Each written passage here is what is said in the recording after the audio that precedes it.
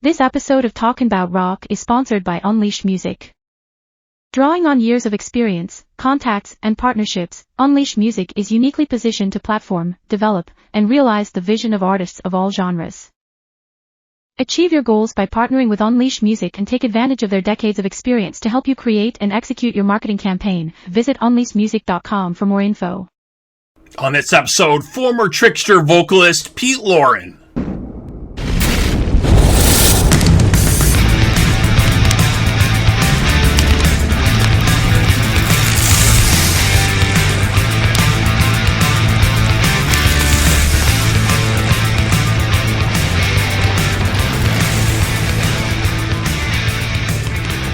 Talk About Rock, sponsored by School of Rock, North Buffalo, where they're making musicians every day. Hello and welcome to this episode of Talking About Rock. I'm Rob Edwards. Here we bring you rock interviews from veteran and upcoming artists. Subscribe on our YouTube channel to stay up to date and follow us on our social media and our website, talkingaboutrock.com. Today we have returning to chat with us, multi-platinum award-winning singer-songwriter Pete Loran. Hello, Pete. How's it going? Doing good, Rob, man. How you been, man? Doing well, man. Doing well. So, what have you been up to? Did you catch the Rock and Roll Hall of Fame ceremony thing going on? Did you catch any of that? You know, I didn't catch it. I know a lot of acts and whatnot got in there that should have been in there forever ago, and I read a couple things about, if Foreigner would have been inducted earlier, Mick Jones could have been there, and I really got to catch up on it. But man, they just take forever to bring these guys in. It's like, what were they waiting for? Right. That's what all the fans are always talking about, right? There's all these bands that are definitely so worthy of it, right?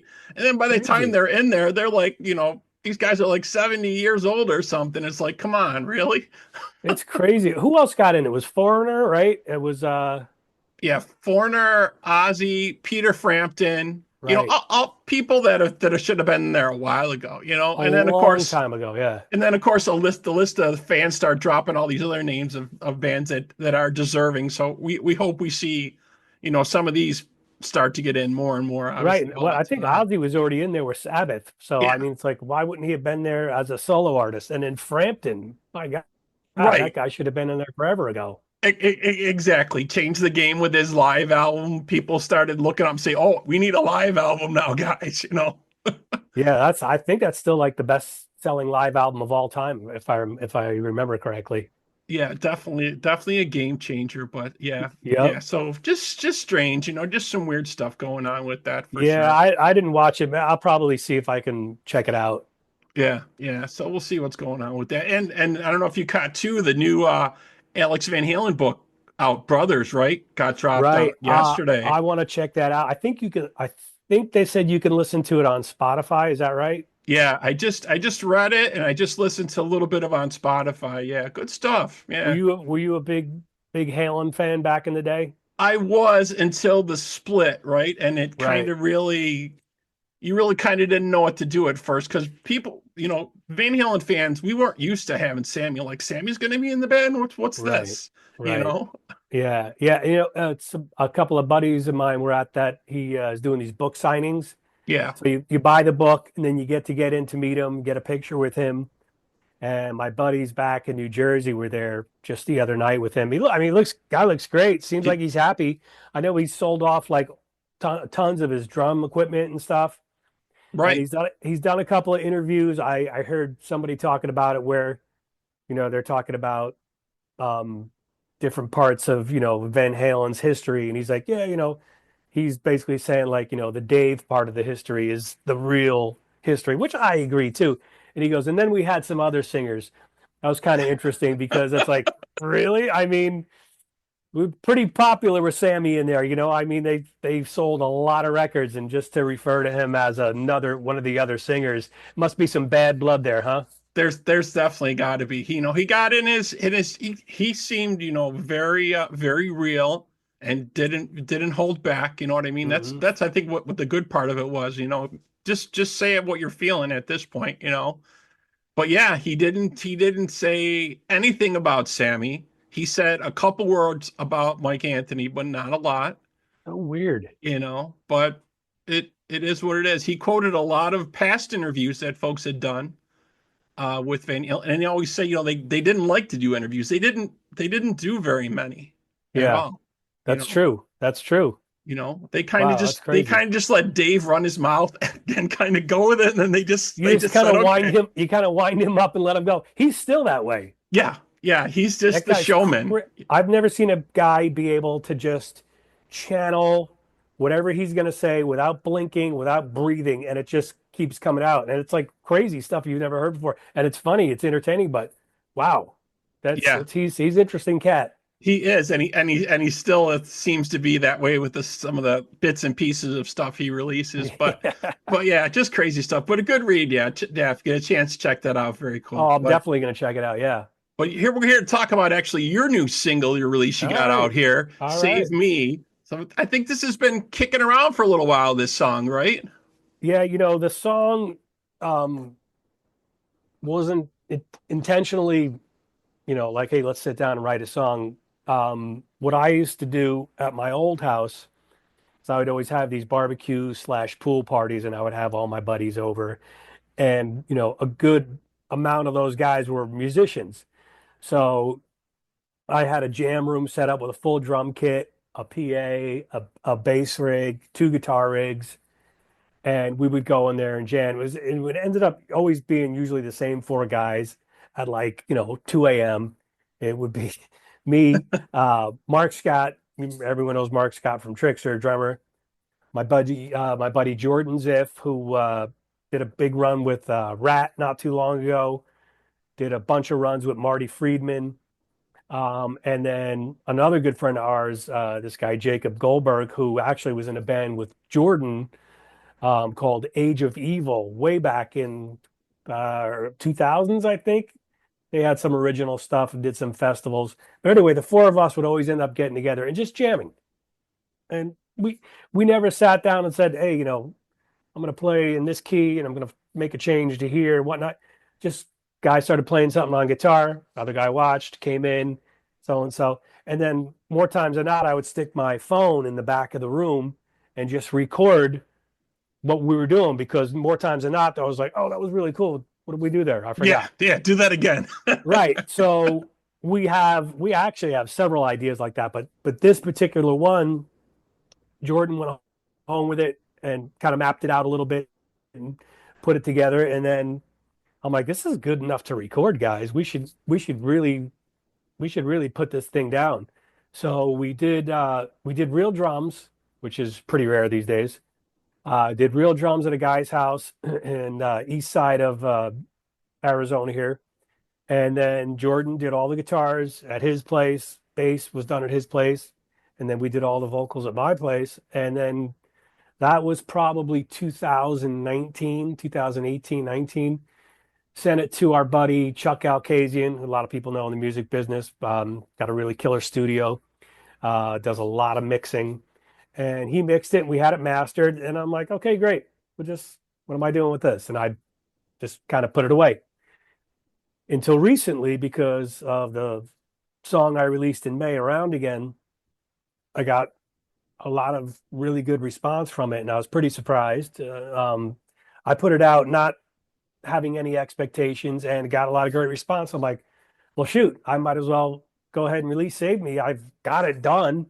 So went and put it out there a couple weeks ago, and it's getting a lot of great response. I think this song is more of what like my old fans would have expected from me, more rock, bluesy, kind of slinky, and it's doing great. We're real proud of it. Yeah, definitely more of a rocker track than the previous one for sure. Yeah, really, really like. So let's take a quick break and we'll check out the new track Save Me here from Pete Loran. And we'll be right back here on Talking About Rock.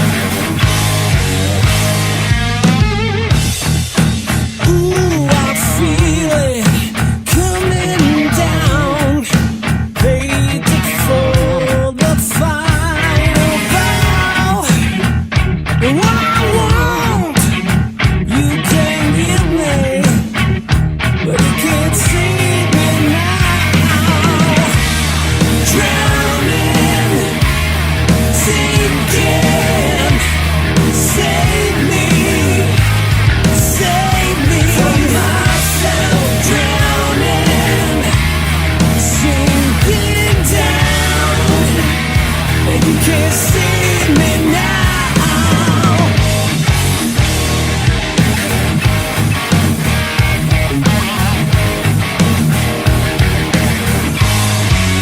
Head in the sky, head down low.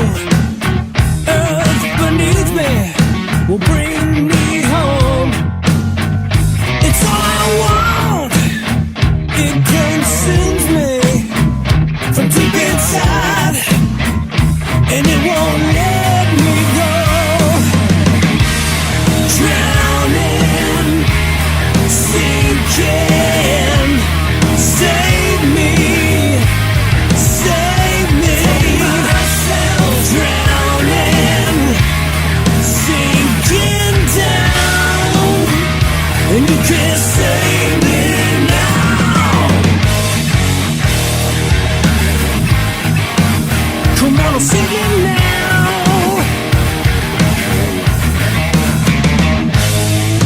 Embrace the darkness as it closed around me.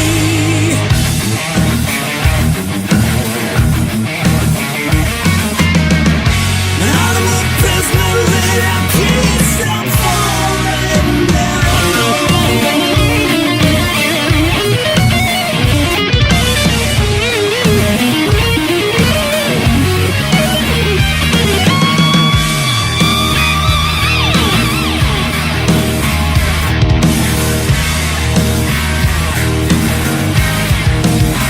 Better save me, drowning, sinking down, but you can't save me now.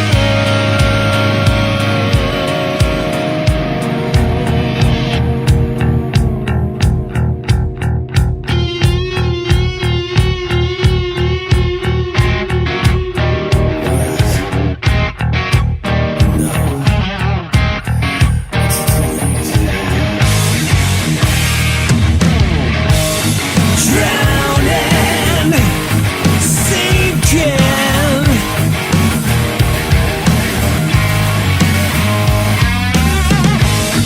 drowning, sinking down, and you can't stop me now. Save me, save. Don't you let me down, let me down. Don't you let me drown, let me drown. Save me.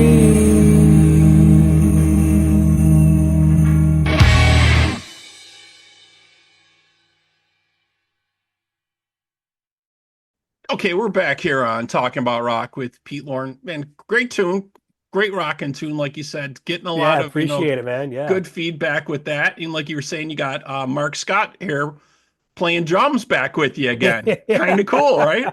Yeah. Yeah. Well, I mean, whenever we would do those jams I was talking about, it was 9 times out of 10 it was him playing drums. So yeah, it was good, man. I'm glad that he's a great drummer. I mean, he's just solid, and I'm glad that we got to put something out there like together, which is really cool. And in my opinion, I'm sure he thinks the same thing, or maybe he doesn't. I don't know, but yeah, it's good, man. I'm glad. I'm happy it's getting well received. Yeah, definitely well received. And the last time we chatted, there were some rumblings. Maybe there's going to be a Trixter reunion in the works or something that really didn't ever seem to happen or anything going on with that at all. I don't know anything about that. I mean, there's 3 guys that can be in the same room together, and then there's the one guy that's not allowed in the room, I guess, or doesn't even want to come in the room. Let's put it that way. Gotcha. But I don't know if honestly, I don't know if that gets fixed or not. I'm not gonna push it either way. I mean, these guys are all adults. They're gonna do what's gonna make them happy, and that's it. I mean, would it be great for the fans and the fan base, like, for at least those guys to bury the hatchet, so to speak, and maybe not ever play again. I don't see that happening, but at least be cordial towards each other. Again, me with Steve and PJ, we're good. They were here in March, and I jumped up and jammed with them, did a few songs, was great. I would definitely do that again if it happens, it happens. Be great if it happened with Gus. I think people would lose their minds, but I don't know. I just I don't think it's going to. Yeah, I understand. Yeah, sometimes those kind of things happen in bands, right? Some of the people, they don't get along, or you can't really work with anybody anymore, or they have to Right. have separate dressing rooms, or they just get along on stage. Those kind of things happen. When I was talking to Steve a while back, he said he originally had approached you and said, you need to join my band. You weren't singing way back then, right? That wasn't a thing for you. Is that true? That's true. That is very true. Yeah, I had talked to him once and heard him playing guitar in the background, and I knew I think he was like 12 at that time, and I was 17 or something. And I'm like, wow, man, what are you listening to? He's like, oh, I'm playing guitar. I'm like, ha, all right, come on, kid. What are you listening to? And he's like, no, seriously. I'm like, okay, we'll play. I forgot what I told him to play. Probably like Ain't Talking About Love or something. And he played it. So it really interested me because I was like, this kid's really good. He's like, yeah, you should come over and check out, my gear or whatever. So I ended up actually going over to his parents' house, and I was pretty floored how good he was for his age, and he was a little dude too. So he had this great big guitar, and he's like, I go, so what are you doing with this stuff? He's like, oh, I got a band. I go, well, who's in it? He's like, well, pretty much just me, and I think I have another guy who's going to play the bass. He's like, why, you want to be in the band? And I'm like, I don't play anything. I don't do anything. He's like, all right, how about you be the singer? I'm like, I've never, okay, why not? So kind of went like that. Yeah, it's funny because with Steve, he was so good at that age, and he was like a little tiny guy. Me and my one buddy, we would driving at that time. We would always drive him over to the local music store. Used to be, I don't know how many of them are left, Sam Ash, and we Oh would yeah. bring him in. We would bring him in there, and then we would let him set up, plug into an amp, and just start ripping. And we would always just kind of step back and just watch people like walk around and see who was playing, and see like this little kid playing, and there would be like totally in shock, and we would get a laugh of that. We do it every weekend. Yeah, Yeah, that's pretty funny. that's a great gig, man, just to see Yeah, that and people just to go to the store and see him. That's yeah, that's they were cool. floored. Like, that kid's playing that. Right, Pretty much right, like yeah. how I was when I first saw him play. I was like, what's happening? Yeah, he just seems, when I spoke to him, he just said, he was just always very driven. He's like, I was gonna do this, no matter what it take, what it took to do it. And I saw Pete, he was a good looking dude. It's like, this dude needs to be in my band. He needs to be singing, Yeah, we need a good looking yeah, singer. yeah. He's still that way. He has not changed. Very cool. So what else have you been up to? You got some new music coming out, but what else is going on? Right now, I was just focusing on getting Save Me out there. Along with the video, there's a video for Save Me on YouTube. Um, I actually shot that all myself with my phone. That's my girlfriend in the video, and lyrically, the song "Save Me" it's all, well, it's about Chris Cornell. And what happened was, when we got the song done, I had sat down to start coming up with melodies and lyrics, and it was right when that whole thing happened with Chris Cornell, and it hit me a lot harder than I expected it to. I don't know why. I just got really kind of sucked into it. Had a couple of buddies that actually were working for Soundgarden at that time, and I reached out to my one buddy he was the stage manager, and I go, was there anything different? Was there like, did anybody see this coming? He's like, dude, no. He's like, I did what I do every night. Set ended, walked him down the stairs, put him in his limo, sent him to the hotel.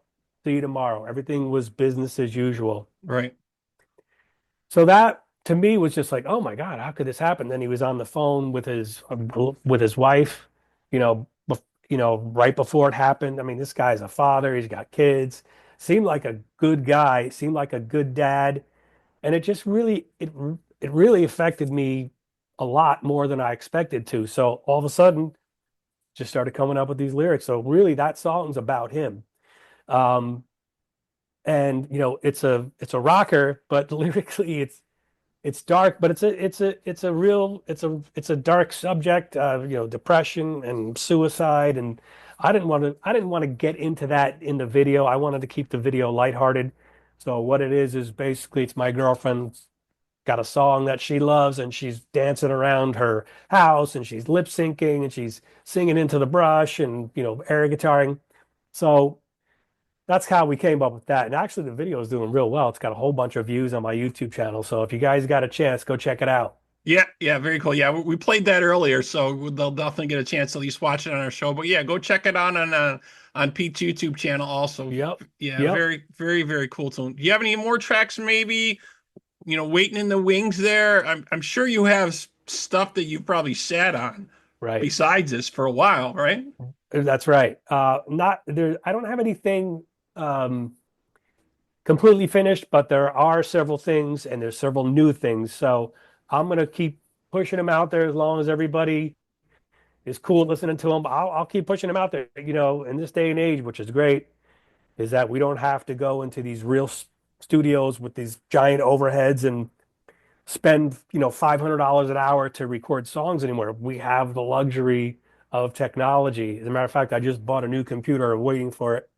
But to be able to just sit there and come up with ideas and record everything in confines of your own home or your home studio, whatever it is, it's awesome. And also you have the luxury of not being under pressure and having to get it done right away. So kind of makes me a little bit lazy sometimes, but I've got some pretty cool ideas, and hopefully sooner than later we're going to get them out there. Excellent, excellent. I hope you turn that all into a nice package for everyone. It'll be something cool, maybe an EP, maybe an album. Who knows what else can happen with that? Right. I was thinking of once I do get maybe a couple more out, or maybe sooner than that, maybe doing like double-sided vinyl or CD, and just a couple of different things like that. I'm hearing people would be interested in that stuff, so I think that's something I might end up doing. Yeah, and they're playing this on Sirius Radio, I think, for you also. I think I've Yeah, heard as a that matter on there of too. yeah, yep. Eddie Trunk played it on Hair Nation Monday, and he didn't even tell me he was going to play it. Um, he had asked me to send him the wave file of the track, and sure enough, he played it, and that's always a good thing. So Oh, yeah. that gave it a nice bump, and I always appreciate stuff like that. Yeah, definitely very, very cool. I'm sure we're going to catch it a lot because it's a very cool track. Definitely. So yeah, we look forward to definitely more from that for you. So thank you so much for coming back with us and catching us up. I really appreciate it, man. Hey man, I appreciate you having me. And when the next song comes out, I'm going to be knocking on your door again. Alrighty, man. Sounds good. Well, thank you everyone for tuning into this episode of Talking About Rock. I want to thank our sponsors, School of Rock North Buffalo and Unleashed Music, and our guest today, of course, Pete Loran. Pete, thanks so much, man. Thanks, Rob. Appreciate it, man.